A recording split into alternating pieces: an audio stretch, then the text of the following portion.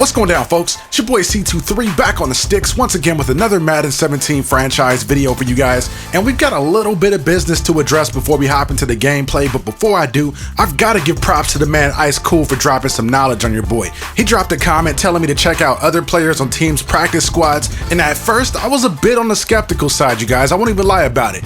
To me, it just didn't seem like it'd be worth it to sort through all these undrafted free agents and late round draft picks, but I'm telling you guys right now, this is going to completely change the way that I build depth at key spots. Now, you guys already know about my injury issues at running back, so I was checking out the practice squad players for the Chicago Bears, and I stumbled onto this rookie, Lunar Wilkerson. What the heck is a Lunar?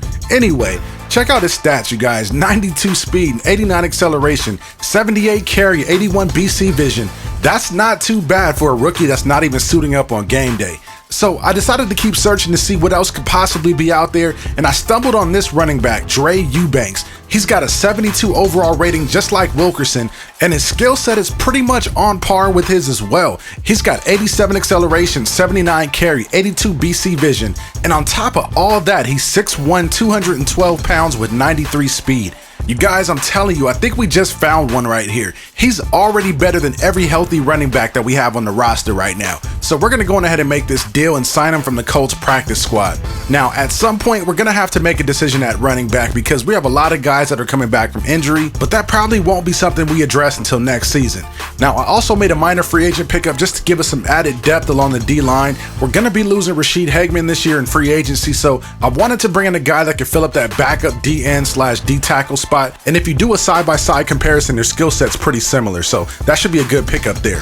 Now, getting into the gameplay, this week's matchup is against the Jets, rocking the color rush unis, and LeGarrette Blount right there gets a nice pickup of 16 on the ground. The next play on 1st and 10, they go right back to the ground game again, and Vic Beasley is right there for the tackle. Bringing up 2nd down, Hackenberg fires over to Decker for a completion right there, and he gets brought down a few yards shy of picking up the 1st down. So it brings up 3rd and 5, Hackenberg in the shotgun, dropping back. The pressure's closing in, so he dumps it off short to LeGarrette Blount, and it's ruled incomplete on the play. He didn't get both feet down in bounds. So on our first offensive possession, Matt Ryan taking the snap under center, fires a pass downfield. Julio Jones is right there to make the completion, and that pass goes for a gain of about 14 on the play. 1st and 10 now, going to the ground game. It's the new running back, Eubanks, and he's able to pick up a pretty nice gain on the ground right there, picking up 9 on the play.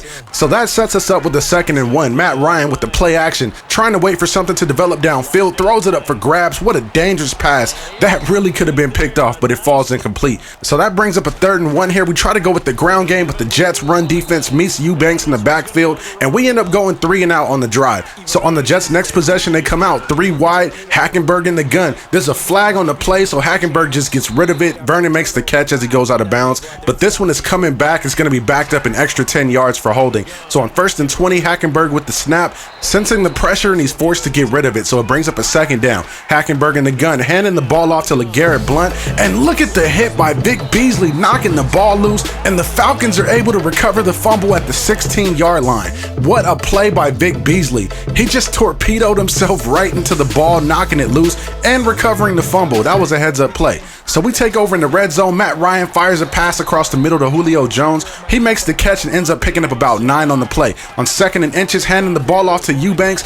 Almost breaks that one for a touchdown, but he gets tackled short of it. But on the next play, we just pitch it to him, and he's able to walk into the end zone untouched. And can we please get a new touchdown celebration? Come on. It seems like every time I score, that's the celebration that gets triggered. There's got to be another one. So getting back to the Jets' possession here on 2nd and 11, Decker makes the catch across the middle of the field and picks up a 1st down. So on 1st and 10 here, they hand the ball off to LeGarrette Blount off the left side, and look at all that green grass in front of him. But it looks like he kind of slows up there at the end. He must have run out of gas or something, but that was kind of weird. Anyway, though, it sets him up with the 1st and goal situation. LeGarrette gets the carry once again, but he's tackled almost immediately by Deion Jones, and that sets him up with a 2nd and goal. And once again, they try to keep it on the ground, but this time Vic Beasley is right there to make the tackle.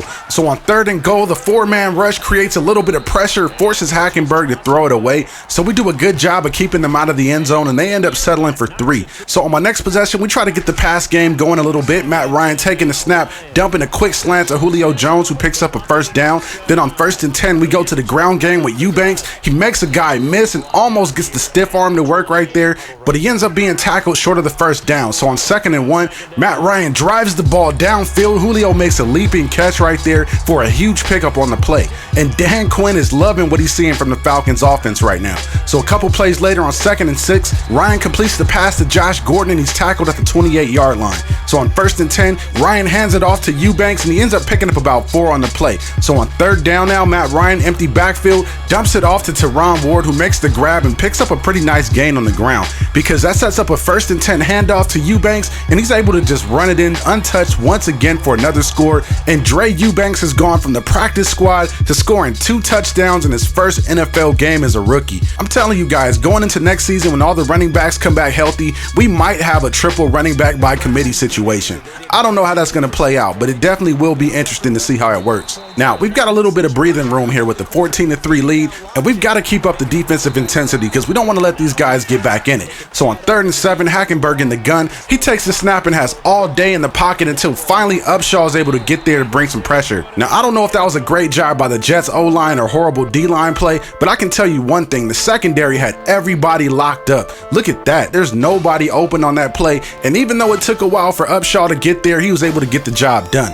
But unfortunately, we weren't able to do anything with it on our next possession and we went 3 and out. But check out this punt, you guys. I can't believe I just said that. Check out this punt. Like you guys really want to watch me punt. But it's a pretty good punt though. We end up pinning them all the way back at the 1-yard line. And Matt Bosher is pretty happy about it. So with the Jets backed up to the 1-yard line, I decided to dial up a 0 blitz and just send the house. We send more guys than they can block and Deion Jones is able to get there for the safety. And you guys, honestly, I was a little bit nervous sending everybody like that because all it takes is for one player to squirt out the backfield or a tight end hot route to the flat, and that's a huge play. But fortunately, we gambled and won on that one. So the Jets' next possession, Hackenberg completely overthrows his wide receiver Decker. Westmoreland is right there to make the interception, and I thought Westmoreland had a little bit more speed than that. What's going on with that, you guys? The flag thrown on the play was for holding on the offense, so of course we decline it, but check out what happens on the very next play. Matt Ryan gets sacked, the ball pops up right into the hands of the waiting linebacker, and he runs it all the way back for the score. So the fumble issues that Matt Ryan has been plagued with this entire season shows up once again in this one, and it gives the Jets their only touchdown in the game. So how do we respond? By going to the ground game and letting the rookie Eubanks work. He ends up picking up a nice gain on the play.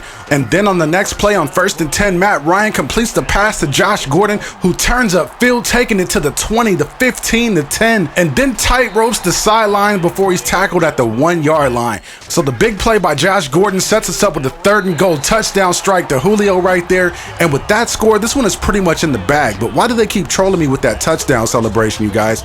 I'm telling you, I'm about 5 minutes away from hitting EA Sports up on Twitter asking them what's going on with that, because it seems like that's all my guys are doing. Anyway, though, the Jets have a 3rd and forever. We're up 26-10 with 4:28 in this game. All we need to do is make a stop and this game is over. They dump the pass short to LeGarrette Blount. Westmoreland is right there for the tackle, but look at what happens. Can you believe this, you guys? Our star rookie cornerback, Sherrod Westmoreland, dislocates his elbow on that play. And to make matters worse, it was a meaningless play. We were going to win this game regardless. So now Westmoreland's going to be out the next 8 weeks, and we've got to figure out what we're going to do at the starting cornerback spot.